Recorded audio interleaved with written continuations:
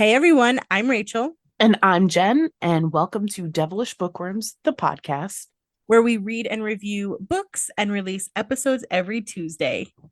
This week we have Under the Surface by Diana Urban. Yay! For high school student Ruby, the forbidden parts of Paris make for the perfect YouTube content. While on her trip abroad with her class, a local boy promises her an adventure worth documenting. Below the streets of Paris lies a world unlike any you have ever seen. What the girls don't realize is the secrets of the tunnels offer more than just a little fun, and if they make the wrong turn, they may become part of the tunnels forever. Dun dun Dun dun. dun dun. So, Rachel, let's dive right in. So I thought originally that this book was going to kind of have the Goonies vibes, because it's like they're in school, the tone is very like light and fun and whatever. Um, it was not Goonies vibes. It was kind of at first, and then it got a little dark. So Yeah. like did you there was one point, and this is kind of like a skipping ahead way, and I'm not going to explain anything that brought this feeling upon me, but there was a moment about halfway through the book where I was like, well, didn't realize we were going there. Okay, well, that changes things. Yeah, it really did take a dark turn, like, rather quickly. Well, abruptly was my thing, because Yeah. it was like you're like do party's fun, awesome. Uh-oh, they snuck out, and then boom, and I was like, oh, okay. Yeah. So Ruby is on a trip to Paris with her class. It is French class, obviously. She was there with Val and Selena used to be her best friend, but is not her best friend anymore.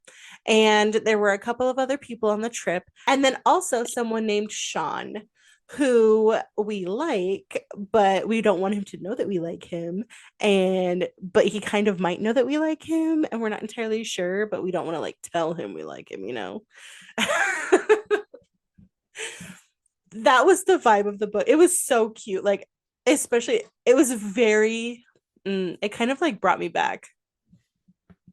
I have to agree because it was like you remember all those little moments of you can't say anything, but here's this, or I know you like him, and he likes you, but you can't say anything. You can't do anything about it. You just have to let it happen. Oh, It was like all God. the little secrets, man. And so they're all on this class trip, which is kind of contentious anyway, a little bit, because high school. Um, Mm. and so that then they want adventure, right? Like Val's kind of a little wild child, and Ruby wants adventure, and Sean just he's kind of go with the flow. He was a military boy, so he was kind of like by the rules. So it was a very interesting group of characters for a teacher to try and corral in the middle of Paris. Could you imagine if I went on the trip with you guys to Ireland and France? It would I don't even it would have been amazing. It would have. I feel like I would have been the Val of the friends. I don't know. We were kind of crazy. So like, okay, so everyone listening, I went on a couple trips to Europe when I was in high school, and it was so much fun. Like I'm the person people hate, right? I'm like, "Oh my god, we're traveling, we're fun. Like how awesome it is." And everyone's like, "Ugh, dumb American." And I'm just like, "Oh my god, this is so cool." There was a moment in Emily in Paris when her boss is like, it's just a playground to you, and I'm like, the world is my playground. But yeah, no, we had a lot of fun. But it would have been so cool to have you there too. Dude, you don't know how bad I wish I would have been able to go on that. Well, listen, all we have to do is make it rich, and then we The can world is our recreate it. playground. The Yeah. world will be our playground.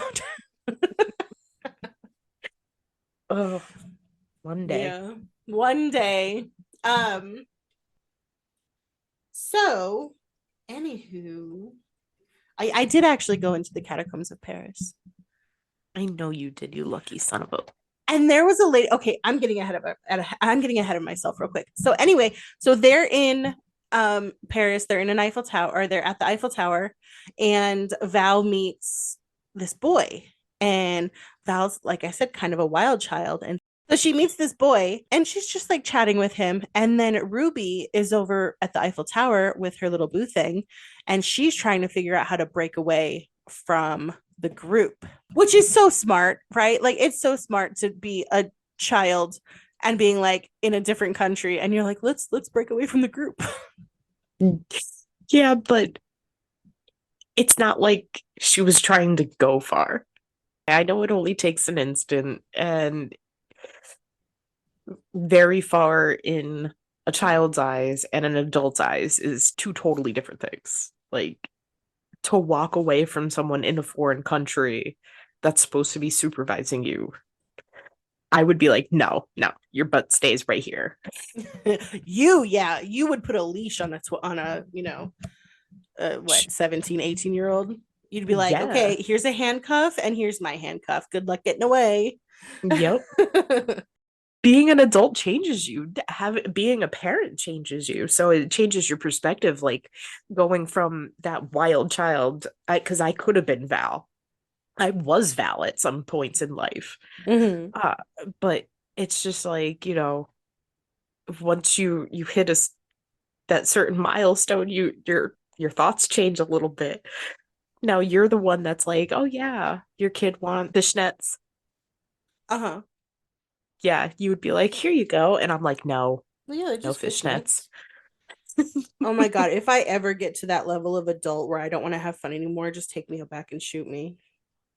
It's not that I don't want to have fun. It's just I don't want to let my child have fun. So they all are kind of like antsy, right? Like they're all trying to head out. And so nighttime comes and they do sneak out, and it's who was it? It was Ruby, and Ruby snuck out because of Val, and on their way out they met up with like Selena and Olivia, and Mhm. so all four of them go out and meet up with this little local kid. And so here's the thing. Here's one thing that I will say. I love to go off and have adventures, and I love to have fun and stuff, but do not go anywhere with strangers in a different country. If you live in one country, do not travel to a different one and say, "Oh, hello, stranger," which is also kind of a catch-22, because like that also sounds fantastic to me. Like, I would love to go to a different country and have locals be like, "Let me show you the fun, awesome parts of town." And I'm like, "Oh, yes." But also don't do that. Or like do it in a group, or like, I don't know. I don't know. Don't do it. The smart part of me is saying don't do it, but like the fun part of me is saying show me a good time. Um And see that therein lies the problem of being an adult looking after children. no, well, I don't think so, because I feel like you would just automatically like I don't know. I don't know. You think I would Um shut it down real quick. yeah, I think there would be no like thought of let's go and be spontaneous. If it was just us two, yeah, for sure. Let's go. Let's do it. But if it's you, me, and a kid, mm, Oh my God, I would love little to take a trip. reservation. We need to go on a trip to Europe, Dude, because now I serious. need it on a cellular level. Yeah, because we need to be the Blair and Serena. Just I'm uh-huh. obsessed. We need to take Paris. And you need to find a prince, and I need to just have all the fun. I don't want a prince. I want Chuck. Chuck. Anyway, Chuck. I'm Chuck Bass. Yes, you are, Ed Westwick. So anywho, so they go down, they're on their way to a quote unquote party in the catacombs. And actually, so I knew about the catacombs. I knew that there were people that lived in the catacombs. I did not know that there were things called cataphiles, which sounds like a person who's perverted with cats. But that was an interesting fun fact. Literally, people like who live in Paris who just like go down there whenever they want. Um, so that was pretty cool. Seriously, there was so many different facts about the catacombs that I had no idea about. Oh my Like god. all the information was there, like the whole fact of everything collapsing and using the skulls to actually keep everything from continuously collapsing. Like, what? I did not know that. Literally. Yeah, she packed so much information. Oh, it was so freaking cool. Literally, like Diana, this is why I read. It's so that I can find stuff out in a cool, awesome way. This book was not always cool and awesome. Overall, it was, but like, oh, I just love it. There was so much information. There really was. Like, I literally was getting an education while reading. Like, I had no idea that there was celebrities down there, but Rob Perrier, there's Charles Perrault, who is the author of Little Red Riding Hood and Cinderella. Mm-hmm. So it was like it was really neat to learn these things that Oh, who was the one? Who was the one that they kept mentioning? Robespierre. Robespierre, yeah. Yeah. Rob Pierre is also, but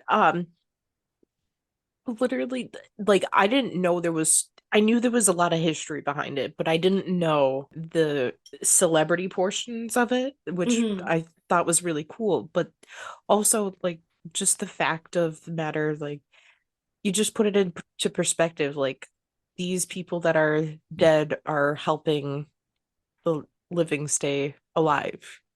Well, and I will say too, the moment that I fell in love with this book, legitimately fell in love with this book, was when Ruby put it into perspective that these skulls were like people and they could have been a teacher or had a pet to cuddle with.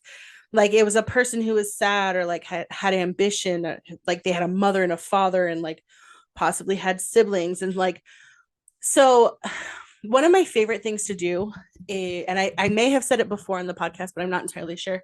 One of my favorite things to do is like think about how the fact that like I get up in the morning and I brush my hair and I put on makeup and I put on clothes and I get ready for my day, right? I kiss my cats on the head and like I go off to work. And knowing that 5,000 years ago, right? People were waking up and brushing their hair and putting on their makeup, kissing their cats on the head and like going to work.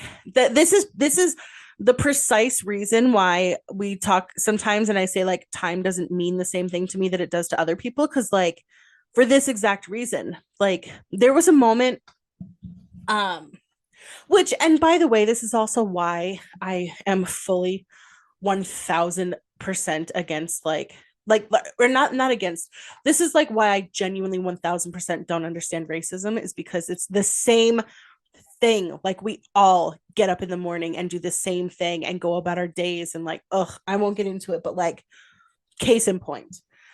Um, but like there was a moment where she said, like, this is legit one of my it's probably my favorite quote. They're walking in the catacombs and she sees paint and the paint was still wet and it said like Pierre 17 something. And she said, it's not about the paint. I consider the glistening scrawl, struggling to articulate my jumbled thoughts. Pierre left this, created this. He probably wasn't famous or written about in history books, but we're talking about something he did in this very spot right here, right now, after so much of the world has changed. And it seems so fresh. It's like we're reaching through time itself. That whole part, Jen, like I got Hmm. chills. I was like, Diana has been like, she has managed to put something that I have felt so deeply into words. And I just sit here and ramble about it because I can't, it's such like a, it's something that you feel so passionately. And I almost feel like there's no way that I could ever get the feeling that I get for someone else to experience it. And then she put it on paper, and I was like, oh my God, I love this bitch. So when I ended up getting to that part and you would actually had posted something about uh being like twin flames or whatever you posted, something about like absolutely loving the book. I knew that was one of the parts that you absolutely loved. I actually Yeah. highlighted it as well. Mhm. Um, because I kind of feel the same. Like, and it wasn't too long after, actually, I think it was like later on that page. She writes, "That's all so many of us want in the end is to leave a mark on this world." Mhm. And it was like this one person wrote something that might be so insignificant to so many people, but is like so devastatingly huge to others. Yeah. And it, just that one moment he took to write something, and it, like I said, it might not be mean something to one person, but it's like it's so freaking huge to leave your mark on the world, especially when it's something that small. Not everybody's gonna know your name, not everybody's gonna remember what you said, but the fact that it's there in time for everybody to see, like, Yeah. it's fucking awesome. Absolutely. I recently found this website where it's a jewelry company, or it's like a jewelry seller, but like they buy and sell, and they have legitimate rings from like the Edwardian period or like the Victorian period, and like Mhm. necklaces and stuff, and they're selling them for like hundreds of dollars. Hundreds. Something that was in the like this is hundreds of years ago. They're selling them for like $600. And I'm like, do you know what that ring has seen? Like, do you know how cool that is? And the fact that, or like on Antiques Roadshow, like they'll come up with these things and they're like, oh yeah, it was made in like blah blah blah year, but like it's only worth a couple $100. And I'm like, are you effing kidding me? Like, what?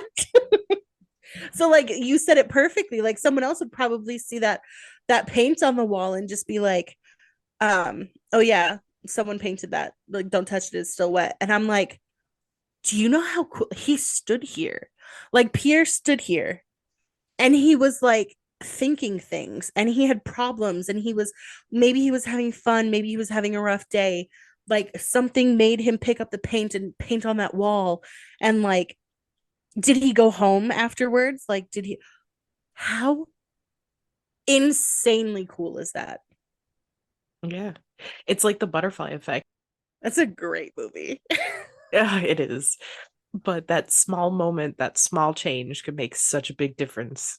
And it could be now, it could be 10 years from now. You just don't know how that effect is going to change everything. Ah, ah, it was just so rad. I just loved it so much. I like write something else because I want to see like what you say about other stuff. Yeah, that's why I was like, we're kindred spirits. That's what it was, kindred spirit. Yeah. I that's why I love museums. I love life and like um traveling and different places, and like, oh, it's just all so cool. And I love it way too much for someone who has $0 and 0 cents. Yeah, I feel that's so hard. Oh, um goodness.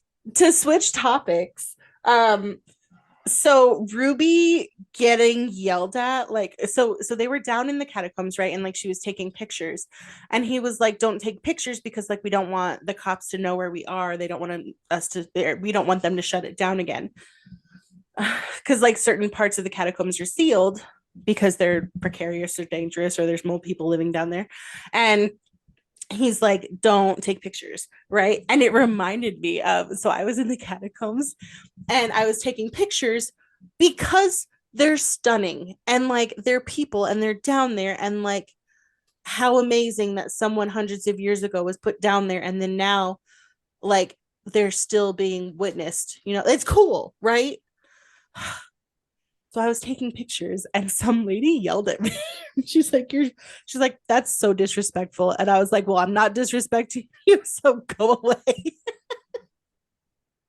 See, I understand how some people can find that disrespectful, but at the Yeah. same time, I honestly like I don't know how to put this without sounding really weird, but it's like that person's life still matters after death. And that's huge. And you're encapsulating them and their amazing contribution to their society. And I don't think that's a bad thing. I like you're in a sense honoring their life after death by doing so. That's just Well, me. well, that and here's my thing. I don't like videos of things dying. I don't like pictures of something dying. I don't even like pictures of, funnily enough, I don't like pictures of dead bodies either, because I think it's disrespectful. However, in the catacombs, the person has become something, or is, yes, there is a huge question of consent and all of that, but they are part of something that is so stunning. And if, like, to me, taking a picture of someone on the worst day of their life when they die, right, is different than taking a picture of them when they have become, like, something that's respected, something that's beautiful, something that's loved, um to me, they're two different things. You know what I mean? I do, because it's like they're a part of history at this point. It's not like it was recent history. It's Right. Well, also, like, I saw a picture of, like, to kind of explain it better, I saw a picture of Rasputin after he was at when he was shot, and it's like his, body, and he's shot and whatever. And to me, I thought that was disrespectful, because that's him, you know, it, that's him vulnerable, that's him, like, in a certain type of way. But if he had passed peacefully in his bed, I still wouldn't like the picture, but I wouldn't find it disrespectful, if that makes sense. okay. I can dig that. Like, taking a picture of someone hanging, or like, Mm, to me, that's not respectful. That's, you know, um heinous. yeah. Sorry, a lot of images just flew through my brain for no freaking reason. Yeah. Anyway, yeah, so catacombs are fun. Except in this instance for them when they end up taking a wrong turn down there. Uh-huh. And as you said, the wrong turn could lead to Certain death. Dun dun dun. yeah, they may become part of the tunnels forever. I'm pretty proud of that sentence, just so you I'm very proud of that sentence too. Hence why I brought it back up. know. um So, of course, we have these four girls who have disappeared into the catacombs, and poor little Sean is up on the, you know, on the high level ground, or whatever it's got, like, normal world.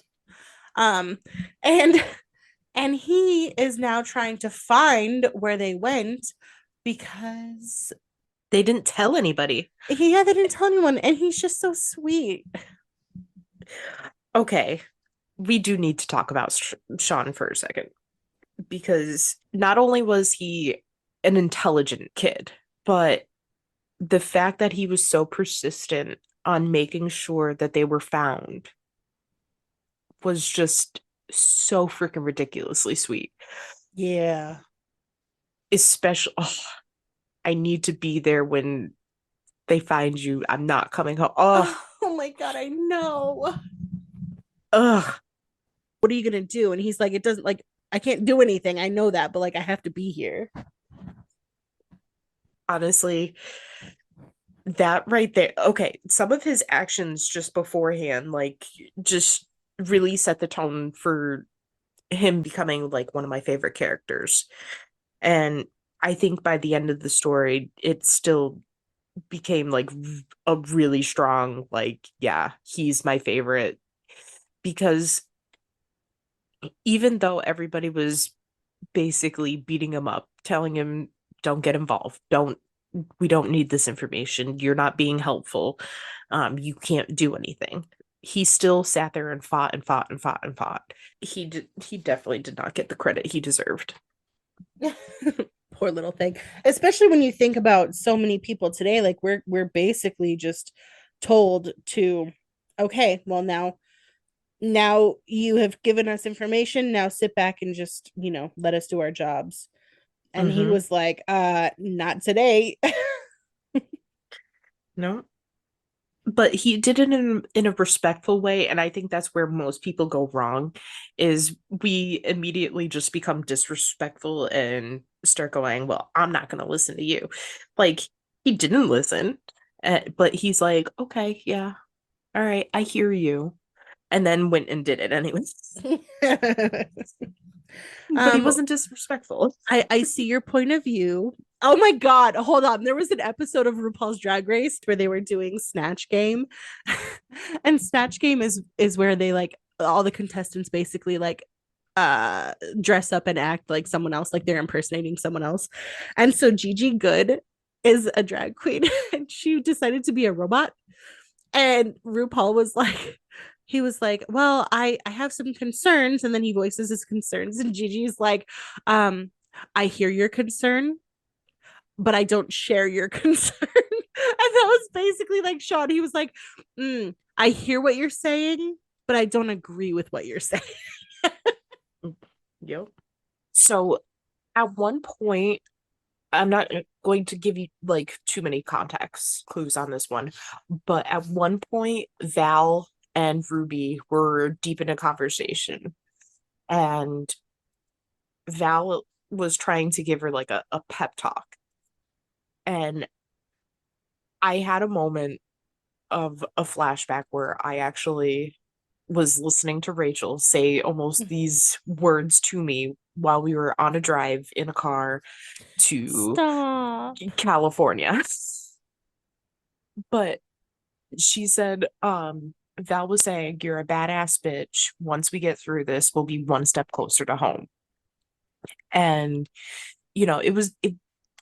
sometimes you need that little reminder that you're a bad bitch and that you can do something. And I love the vibes that Val was giving to Ruby because she wanted to be that friend. She wanted to make sure her best friend knew that she was okay. And I I needed that from Rachel at one point, and she gave it to me. And when I went home, it was a great ending to a chapter that needed to be ended. Yeah. So, although I don't identify Rachel as Val for reasons that I will not discuss. I wish I was as big of a hoe as she was. I'm just kidding. She wasn't a hoe. I'm not hoe shaming. She was a wild child. She was a free spirit. Yes, she was. But I mean, I don't necessarily think that your persona is anything like hers, but Mm-hmm. in that moment, you've given me that pep talk so many times. Yeah. You know what's crazy is like it's so easy for us to forget, Hmm. and like especially when we're really, really, really like when we're in the middle of it, we can't really see things um as clearly. And it's so crazy the reaction that people have when you remind them. Like it's happened a couple of times where I've given not the same, it's not like copy paste, but like some people really, we all have it within ourselves to like fix things that we don't like that's going on. And I think sometimes we get so trapped by the thought that that we can't, that we don't have the autonomy.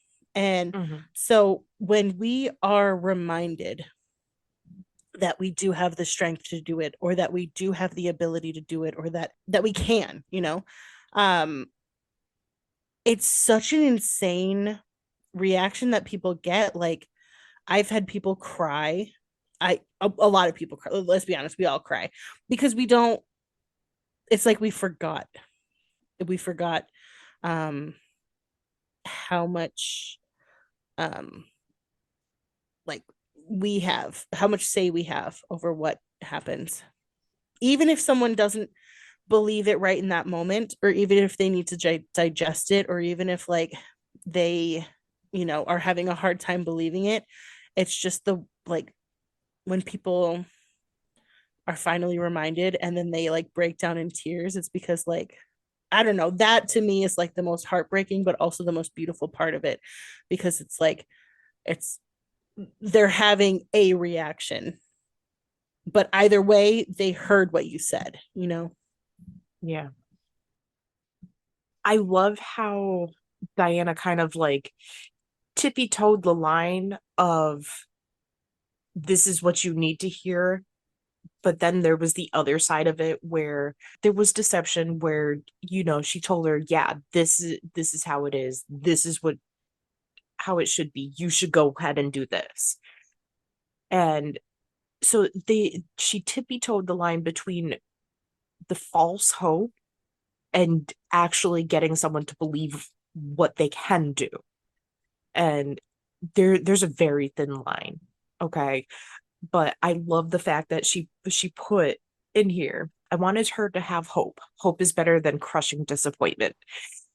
But she countered that with nothing's worse than false hope, which is absolutely true. And again, there's a fine line between giving someone false hope and giving them what they need to hear and Mm-hmm. reminding them that they're a bad bitch. They can do this. This is what you need to do. And oh, oof, I love how she wrote that in. Sorry. No, I mean, you're good. I just loved how she, in the midst of everything else that was going on, still had the characters on their own journeys. Like there was things that needed to be hashed out. She played with, the idea of friendship, what we owe to our friends. Just so much. There were so many like relationship dynamics in the Mm, midst of, if we don't get out of these caves, we're gonna die. yeah. There was quite a bit of seriousness to this and so many points of learning and self-reflection, and I absolutely love that. And This book reminded me of, there was another book that we read, and I said that they didn't have any scenes where the characters just sat with the situation. But yeah. Diana, I think, did a beautiful job of, there were times when it was like, you know, they talked about other things because you can't always be talking about the same thing, right? But like, or they were like sitting there and they were like just chit-chatting, or they were sitting there and they were dwelling on the circumstances that were happening. It was so like, I love the fact that it wasn't all one note. Like it wasn't all doom and gloom. It wasn't all, you know, but they also sat in their situation, and there was the serious concern of like, if we don't make it out of here, this is what I'm going to miss. This is what I'm going to, it upped the stakes tremendously, and it was like you felt trapped like they were trapped. Yeah, and it kind of put it in perspective, like, don't wait. Like, you're gonna regret something if you wait too long. Mm-hmm. So, yeah, definitely brought a lot of emotions into it. Yeah, I thought it was gorgeous. It really was. It was beautifully written, and I cared about almost every character that was in here. Even the ones that I didn't think that I would care about, I cared about. and I cared Yeah. about how their story ended. Hmm. So well done with that. Yeah, I'm so upset that we can't talk about like the one thing that I really want to talk about because of the fact that it's such a tremendous spoiler. But like I'm gonna have to like message you after or something because we have got to talk about a character that I genuinely did not think that I was gonna care about. And at the end, I was like, oh, I was so invested in this person. And there's definitely a couple of things that I want to talk about because although I did anticipate some bad things, I didn't anticipate others. Mm-hmm. This is why we need bookworms after dark. I know. What would you guys think about that? Give us a comment if you wouldn't mind, like a spoilers episode. Yeah. Just want to know your thoughts. Yeah, because I mean we're so we don't want to like spoil the books because like the authors do a real like they work so hard on them. But like sometimes we really just want to like go all out and we want to talk about all the spoilers and all the bits. Mm. And we don't know how to go about it without, damaging it for the authors because we don't want to take anything away from them. Hmm. Also, could you imagine like listening to a podcast and then being like, "Oh, that sounds really good, but I already know the ending." Yeah. Oh, that would be so horrible. Although I still have read a book that I knew the ending to, but it's still not the same. It doesn't hit the same. Sometimes I read the last page on purpose.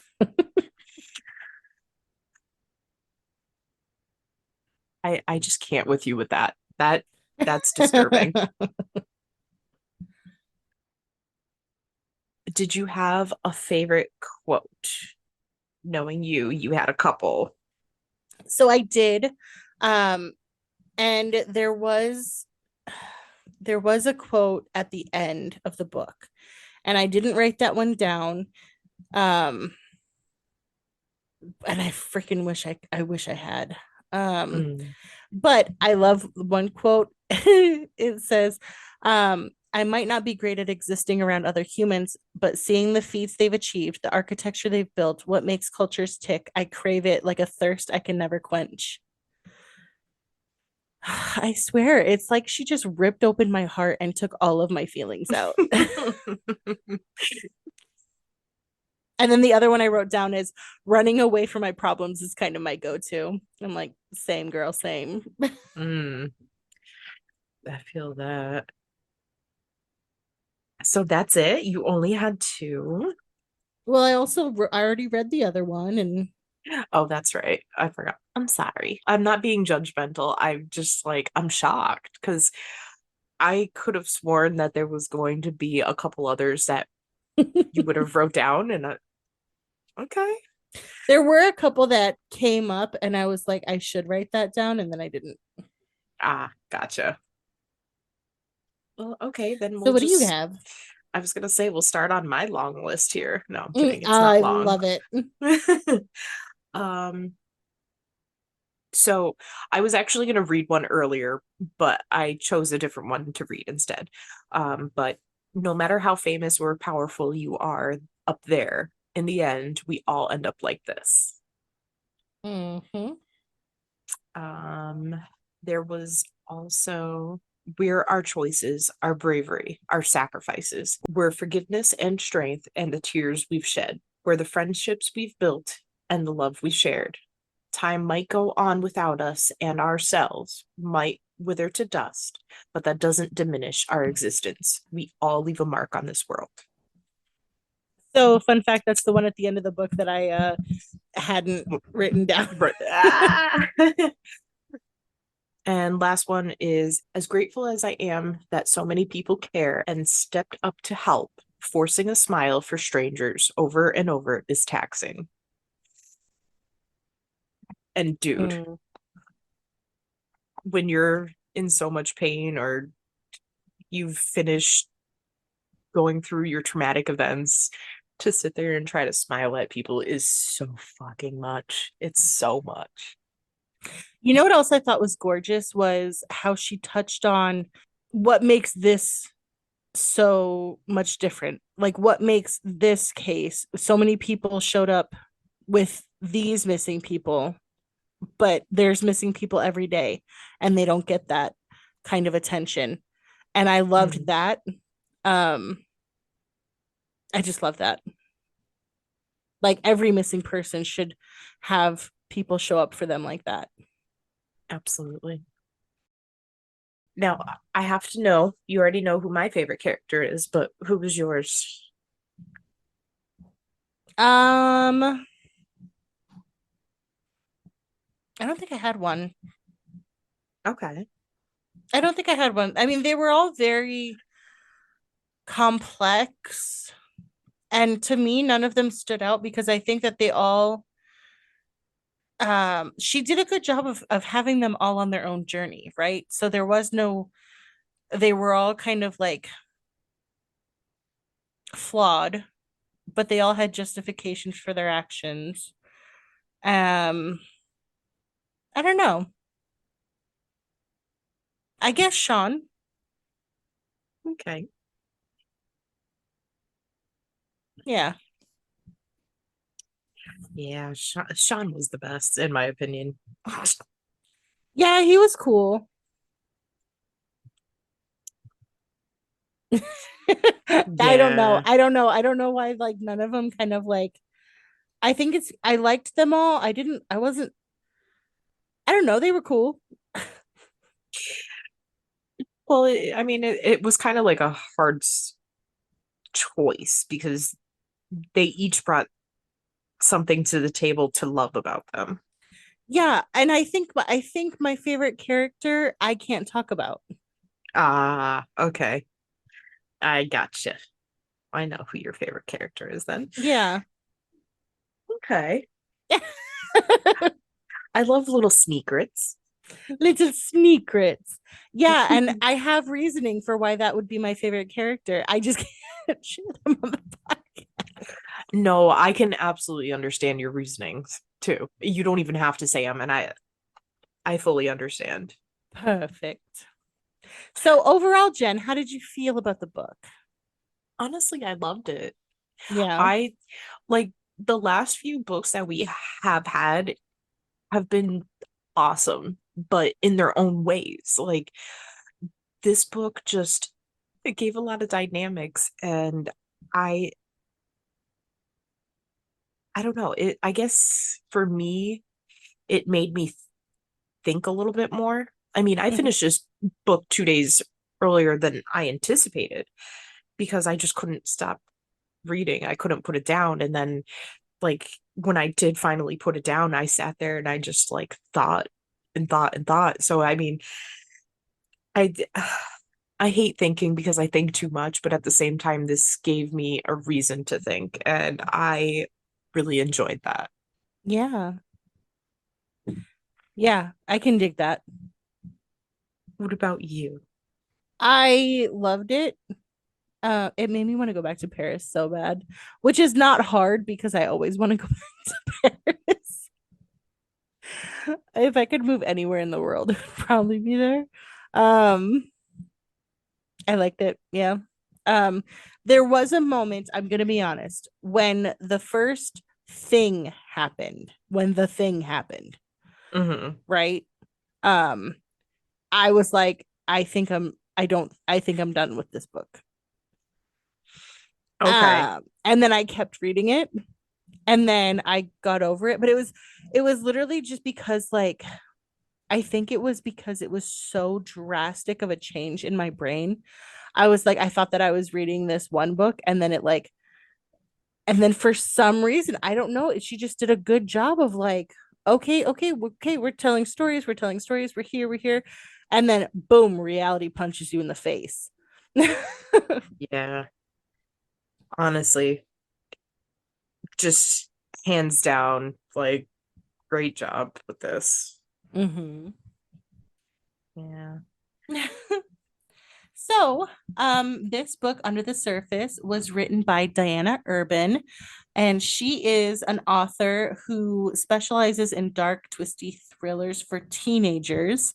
Um, she lives in Boston, and she has written other books as well, such as Lying in the Deep, These Deadly Games, and All Your Twisted Secrets. You can go to her website. It is dianaurban.com, dianaurban.com. And she has so much going on her website. Her website's intense. She has like all the books, and then also like there's like discussion guides and stuff for her books. So like if teachers, you know, put the books in the curriculum, you can sign up for the newsletter, and you can get to all of her socials. She has TikTok, Instagram, Twitter, Threads. We have her on our Instagram and our Threads, and she is just at Diana Urban. And she is a sweetheart, by the way. Yeah, she is. I honestly love her vibe so much. Me too. But I will say, Miss Diana, I hope you write something adult wise, because I would love to see your brain in an adult situation. Like, obviously, this was in a very adult situation, but I want you to ramp it up a little bit.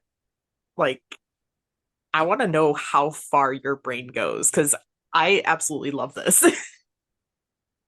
I don't know if that made sense. No, you know what? It definitely did, because it's kind of like there's so much um we've talked about what I love about it, and I think that kind of like self-awareness and um that kind of broad thinking in uh a different kind of book. I'm so glad that she writes these for kids or for teenagers, because I think that giving having younger people think about these things is fantastic, especially at a time when we're so like focused on ourselves and what we have going on around us. Just Ruby's character alone, but to be able to see, like you said, push some kind of limit. I have a feeling that she could write some gnarly shit. That's what I'm saying. Like, if I this mean, is what her stuff is great, but yeah, if this is what she does for teenagers, like, what can you do for adult thinking? Like, ugh, my mind would be blown. I hope you do it. blown. But also don't stop doing what you're doing, because it's really important. Yeah, honestly. All right, Jen, why don't you tell everyone what we are reading next week? All right. Next week, we are reading The Haunting of Chateau de Mornay by Blake Edward Andrew. Yay! All right, everyone. Thank you so much again for listening to Devilish Bookworms Podcast. We love you all, and we will see you next week. Bye. Bye.